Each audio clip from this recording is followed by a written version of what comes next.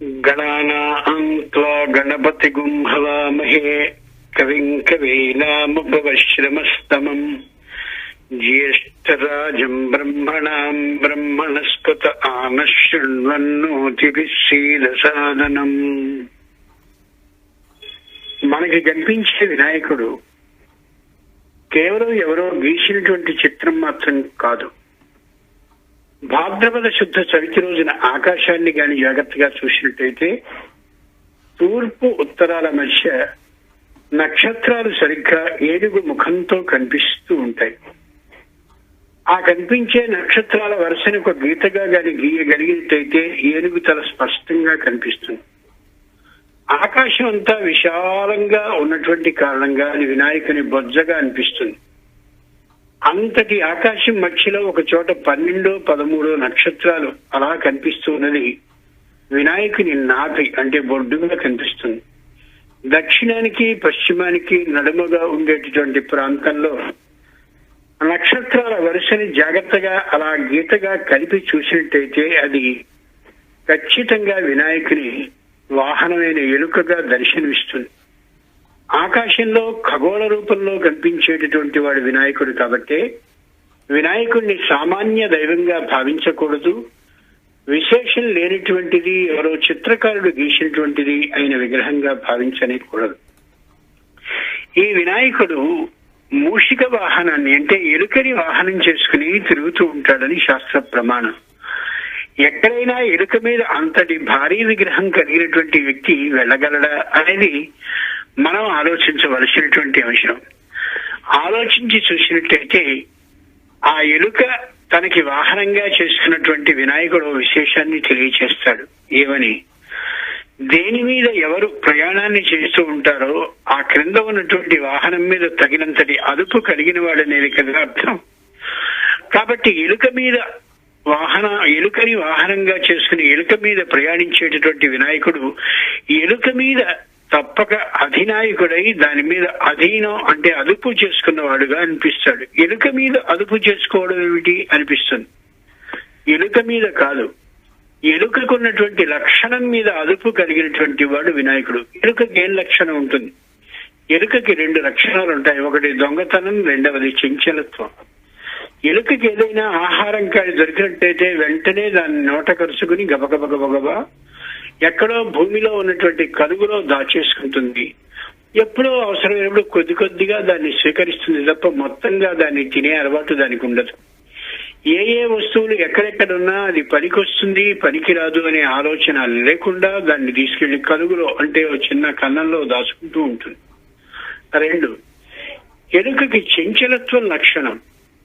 దానికి 4 కాళ్ళుంటే అలా పాకుతూ ఒక్కసారి కూర్చుని ముందు 2 కాళ్ళని 2 చేతులుగా చేసుకుంటుంది.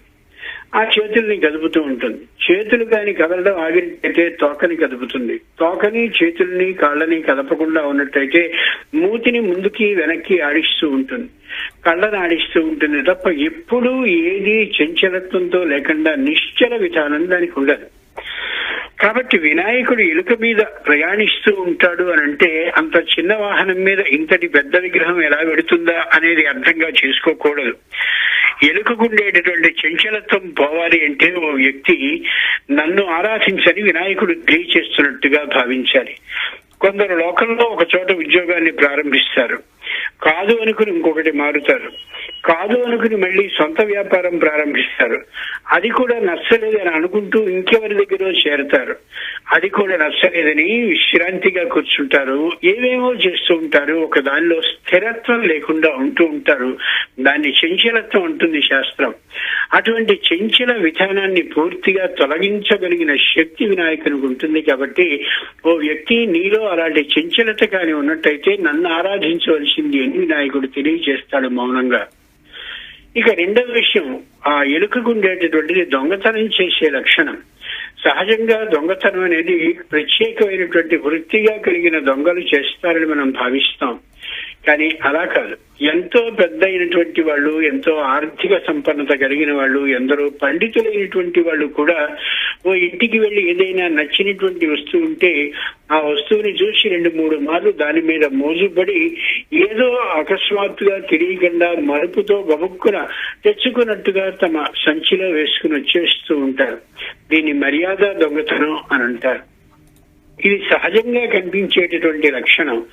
ఆ వ్యక్తి వెళ్లిపోయిన తర్వాత ఇంట్లో వాళ్ళు అయ్యో ఆయన మర్చిపోయి వెళ్లిపోయాడేమో తీసుకుని అని అనుకుంటారు.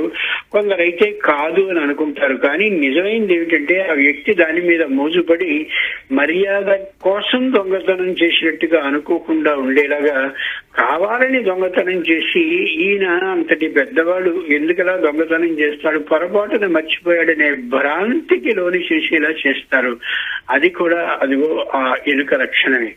కాబట్టి వినాయకుడు ఇలాంటి దొంగతనం కానీ అలాంటి చంచలత్వం కానీ ఉన్నట్లయితే వాటిని ఖచ్చితంగా నివారించగలిగిన శక్తిమంతుడు అని అర్థం చేసుకోగలగాలి. 2, వినాయకునికి ఉండేటటువంటి చెవులు పెద్దవై అటు ఇటు ఎప్పుడు నిరంతరం ఆడిస్తూ ఉంటాడు వినాయకుడు. ఆ పెద్ద చెవులని నిరంతరం ఆడించుతూ ఉండడానికి కారణం ఒకటే,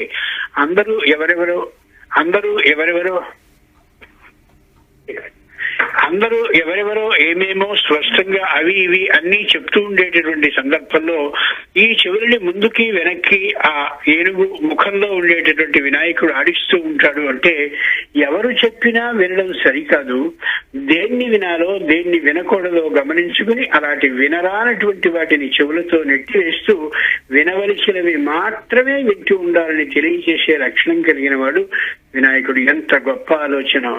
వినాయకుడికి చిన్న కళ్ళు మాత్రమే ఉంటాయి. చిన్న కళ్ళని చూస్తే మనం ఏదో తక్కువగా భావిస్తాం, కానీ ఏనుగు చిన్న కళ్ళకి చాలా శక్తివంతమైన దృష్టి ఉంటుంది.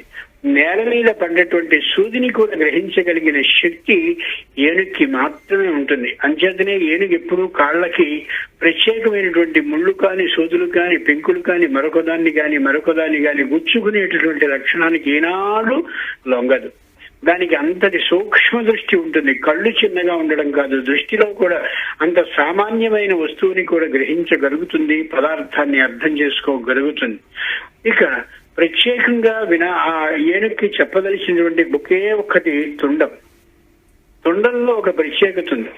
ఎంత బలిష్టంగా ఉంటుందో తుండం, పెద్దవైనటువంటి బరువైనటువంటి ఆ టేకు చెక్కలన్నింటినీ ఎన్నిటిని పెట్టినా మోసుకురాగలిగినటువంటి తుండం బట్టలు కుట్టేటటువంటి సూర్యోదయానికి వచ్చినట్టయితే వెంటనే మెత్తగా దిగిపోయేంతటి అల్పంగా మృదువుగా కూడా ఉంటుంది. ఎంత ఆశ్చర్యమది! అంత బరువుని మోస్తుందా కానీ మెత్తగా ఉంటుందా? ఎంత ఆశ్చర్యమది! అటువంటి లక్షణం కలిగినటువంటి వాడు వినాయకుడు.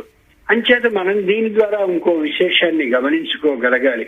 మెత్తగా మనం మాట్లాడినా గట్టిగా గుచ్చుకునేటటువంటి లక్షణం కొందరిలో ఉంటూ ఉంటుంది. అంటే వారి మాట మెత్తగా ఉన్నట్టే ఉంటుంది కానీ చాలా పదునుగా గుచ్చుకుంటుంది ఎదుటి వాళ్ళని. ఆ విధమైన పద్ధతిని అదుపు చేయాలి అంటే వినాయకుడు తనని ఆశ్రయించినట్టయితే అలాంటి కష్టం ఎదుటి వారికి కలిగేలా మాట్లాడకుండాన్ని నేర్పుతాడు. ఇక వినాయకుని యొక్క కుంభస్థలం ఒకటి ఉంటుంది. అంటే గజానికి ఉండేటటువంటి పెద్దదైన కుంభస్థలం. ఆ కుంభస్థలం అంకుశంతో మాత్రమే పొడవబడుతూ నిరోధింపబడుతుంది ఏనుగుని. కాబట్టి ఏ వ్యక్తి అయినా సరే తనకున్నటువంటి ధనం, పలుకుబడి మొదలైనటువంటి వాటి కారణంగా అహంకారాన్ని కలిగి ఉన్నట్టయితే ఆ అహంకారాన్ని అణుస్తానని తెలియజేస్తూ వినాయకుడు తన చేతిలో అంకుశాన్ని ధరించి ఉంటాడు. నీకు ఒకవేళ అహంకారం కలిగినట్టయితే నేనే నీ అహంకారాన్ని తగ్గించి నిన్ను త్రోవలో పెడతానని తెలియచేస్తాడు మహానుభావుడైనటువంటి వినాయకుడు. ఆ వినాయకుడికి పెద్ద బొజ్జ ఉంటుంది. పెద్ద బొజ్జ అనగానే పెద్దగా ఉండే బొజ్జలు అనుకుంటారు. కానీ వినాయకుని పేరు లంబ ఉదరుడు అని. లంబ అంటే వ్రేలాడుతున్నటువంటి బొజ్జ కలిగిన వాడని. ఎవరెవరు ఏ కోరికని మౌనంగా తన హృదయంలో చెప్పుకున్నా ఆ చెప్పుకున్నటువంటి ప్రతి వారి యొక్క విశేషాన్ని కూడా తనలో దాచుకునేటటువంటి లక్షణం కలిగిన వాడెవరో ఆయన వినాయకుడు. అంతటి మహానుభావుడైనటువంటి వినాయకుడు గజ ముఖాన్ని పెట్టుకుంటాడు అంటే ఏనుగు తరణి ధరిస్తాడు అని అంటే అనేకమైనటువంటి విశేషాల్ని స్వయంగా తాను తెలిసినటువంటి వాడిగా ఉంటాడు అని అర్థం. ఏనుగులో గమనించవలసినటువంటి మరొక విశేషం ఏమిటంటే అన్ని స్పష్టంగా మోయగలిగినంతటి బరువు తన యందు ఉన్న సూక్ష్మ దృష్టి ఉన్న, దేన్ని స్వీకరించాలో దేన్ని స్వీకరించకూడదో అలాంటి చెవులని నిరంతరం ఆడిస్తూ ఉన్నా ఎప్పుడూ నిరంతరం పిరిగితనంతో ఉంటుంది. ఎవరు నన్ను వచ్చి అమాంతంగా నా మీద దూకుతారో అనే భయంతోనే ఉంటుంది. లోకంలో లోకాపవాదానికి భయపడాలి అనే విశేషం తెలియజేస్తుంది ఈ విషయం. లోకాపవాదం అంటే అకస్మాత్తుగా మన మీద పడేటటువంటి అపనింద అని అర్థం. ఎంత మనం జాగ్రత్తగా ప్రయాణిస్తున్నా జీవితంలో, ఎంత జాగ్రత్తగా ప్రవర్తిస్తున్నా జీవితంలో ఏదో ఒక అపనింద రాకుండా మాత్రం ఉండదు. కాబట్టి ఎప్పుడు మన మీద అపనింద వస్తుందా అనేటటువంటి భయంతో జాగ్రత్తగా ఎప్పుడూ ఉండాలనే రహస్యాన్ని వినాయకుడు తెలియచేస్తాడు. వినాయకుడు విష్ణువే కాబట్టి శుక్లాంబరధరం విష్ణుం అని స్తుతిస్తుంది శ్లోకం. విష్ణువు నార అయనుడు. నార అంటే నీళ్లలో అయన ఉండేటటువంటి వాడు, నీళ్లే స్థానంగా కలిగిన వాడు. అంచేతనే వినాయకుడిని స్వయంగా 9 రోజులు పూజ చేసిన తర్వాత ఆ పై రోజున నీళ్లలోనే నిమజ్జనాన్ని చేస్తారు విష్ణు స్వరూపుడు కాబట్టి. విష్ణువు ఏ విధంగా 4 చేతులు కలిగిన వాడో వినాయకుడు కూడా 4 చేతులు కలిగిన వాడే. ఒక చేయి రోజులకి సంకేతం, మరొక చేయి 15 రోజుల శుక్లపక్షం కృష్ణపక్షానికి సంకేతం, మరొక చేయి 12 2 మాసాలు 2 పక్షాలు కలిసినటువంటి మాసాలు చైత్రం, వైశాఖం, జ్యేష్ఠం, ఆషాఢం ఈ మాసాలకి సంకేతం. మరొక చేయి 12 మాసాలు కలిగినటువంటి ఓ సంవత్సరానికి సంకేతం. అంచేత ఏ విష్ణు ఉన్నాడో ఆయన కాలాన్ని కొలిచేటటువంటి సందర్భంలో ఆయన వినాయకుడు అని పిలువబడతాడు అని అర్థం చేసుకోవాలి. సహజంగా ఒక అధికారికి మరో అధికారానికి సంబంధించిన కార్యాలయాన్ని గాని ప్రత్యేకంగా ఇచ్చి రెంటి బాధ్యతని చూడవలసిందని అన్నట్టయితే ఇక్కడ ఉండేటటువంటి కార్యాలయంలో ఇది ఈయనకి పేరైతే అక్కడి కార్యాలయంలో ఉండే ఆ అధికారి బాధ్యత కూడా తీసుకున్నప్పుడు ఆ అధికారి పేరు వేరుగా ఉంటుంది. అలాగే వినాయకుడు రక్షణ చేసేటటువంటి శ్రీ మహావిష్ణువు అవుతాడు. అదే వినాయకుడు కాలాన్ని కొలిచినటువంటి సందర్భంలో వినాయకుడిగా స్పష్టంగా ఉంటాడు. అంటే ఏమిటన్నమాట, విష్ణువు రక్షణ చేసేటప్పుడు విష్ణువు అని పిలువబడతాడు. అదే విష్ణువు కాలాన్ని కొలిచేటటువంటి సందర్భంలో వినాయకుడిని పిలువబడతాడు అని. ఇద్దరు విష్ణు రూపులే, ఇద్దరు విష్ణు స్వరూపమే, విష్ణువులు ఇద్దరు ఒకరే కాబట్టే విష్ణువు తన యొక్క ఎడమ తొడ మీద లక్ష్మీదేవిని కూర్చుండబెట్టుకుంటాడు. అప్పుడు ఆమె లక్ష్మీ, ఈయన గణపతి కాబట్టే లక్ష్మీ గణపతి అని అంటారు. లేని పక్షంలో లక్ష్మి విష్ణువు యొక్క భార్య అయి గణపతి శంకరుని యొక్క కొడుకు అయితే ఆ శంకరుని యొక్క కొడుకు అయినటువంటి గణపతి విష్ణువు యొక్క భార్యని ఎడమ తొడ మీద కూర్చోబెట్టుకోవడం అనేది అసంబద్ధము, అనౌచిత్యము అవుతుంది. కాబట్టి విష్ణువు ఎవరో కాదు, వినాయకుడే. వినాయకుడు ఎవరో కాదు, విష్ణువే. అంతటి ఉత్తమమైనటువంటి ఉదాత్తమైన విశేషాన్ని తెలియచేసేటటువంటిది మన వినాయక చవితి. ఈ వినాయకుడు 9 రోజుల పాటు అమోఘమైన ఉత్సవాలను అందుకుంటాడు. మొత్తం మనకి 3 విధాలైనటువంటి శిక్షణలు ఉంటాయి భారతీయ హైందవ సంప్రదాయంలో. 9 రోజుల పాటు వినాయకుడు స్వయంగా సాధకుడు కాదలిచినటువంటి వానికి శిక్షణ ఇచ్చాక పూర్తిగా శిక్షణ ముగిసిందని చెప్పిన తర్వాత తల్లి అయినటువంటి ఆ పార్వతీదేవి దగ్గరికి పంపిస్తాడు సాధకుడిని. అక్కడ 9 రాత్రుల పాటు మళ్ళీ అమ్మవారి యొక్క ఉత్సవాల్లో పాల్గొన్నటువంటి సాధకుడు మహాశివరాత్రి ఏదైతే ఒక్కరోజు ఉంటుందో ఆ రోజుకి సిద్ధిని పొంది అతడు సిద్ధుడవుతాడనేది యోగ శాస్త్రం ప్రకారం తెలిసేటటువంటి సత్యం. ఇంతటి మహానుభావుడైనటువంటి ఏ వినాయకుడున్నాడో ఆయనకి పత్రితో మాత్రమే పూజని చేస్తాం. పత్రి అంటే ఆకుల సమూహము అని అర్థం. ఆకుపచ్చగా ఉంటూ ఉంటుంది. వినాయకుడు పుట్టినటువంటిది హస్త నక్షత్రం కాబట్టి, హస్త నక్షత్రం కన్యా రాశికి చెందింది కాబట్టి, కన్యకి వివాహం కాకుండా ఉన్నప్పుడే కన్య అంటారు కాబట్టి వినాయకుడు వివాహితుడు కాడు. కన్యాకి అధిపతి బుధుడు కాబట్టి, బుధుడు మంచి తెలివితేటలను కలిగినటువంటి వాడు కాబట్టి వినాయకుడు సర్వజ్ఞుడు, అన్నీ తెలిసినటువంటి వాడు. బుధుడు ఆకుపచ్చగా ఉంటాడు కాబట్టి వినాయకుడిని కూడా ఆకుపచ్చని పత్రితోనే పూజ చేస్తాం తప్ప మరొకటి కాదు. విష్ణువుకి తులసి ఎలా ఇష్టం అవుతూ ఉంటుందో అలాగే వినాయకుడికి కూడా తులసి ఇష్టమని చెప్పడానికి కారణం విష్ణువు వినాయకుడు ఒకరే కాబట్టి. ఇలా అనేకమైనటువంటి విశేషాలు కలిగినటువంటి ఒక మహాద్భుతమైనటువంటి ఏ దైవం ఉన్నాడో వినాయకుడు, ఆయన్ని సర్వ కార్యాల్లోనూ ప్రప్రథమంగా పూజించి సంపూర్ణంగా విఘ్నాలను తొలగించుకోవాలి అనేది భారతీయ హైందవ సంప్రదాయంలో అనూచారంగా సంప్రదాయంగా ఎప్పటి నుండో వస్తున్నటువంటిది. అలాంటి వినాయకుడు మన అందరికీ సర్వశుభాలని కలిగిస్తూ విఘ్నాలను తొలగించాలని మనఃపూర్వకంగా ప్రార్థిద్దాం. స్వస్తి.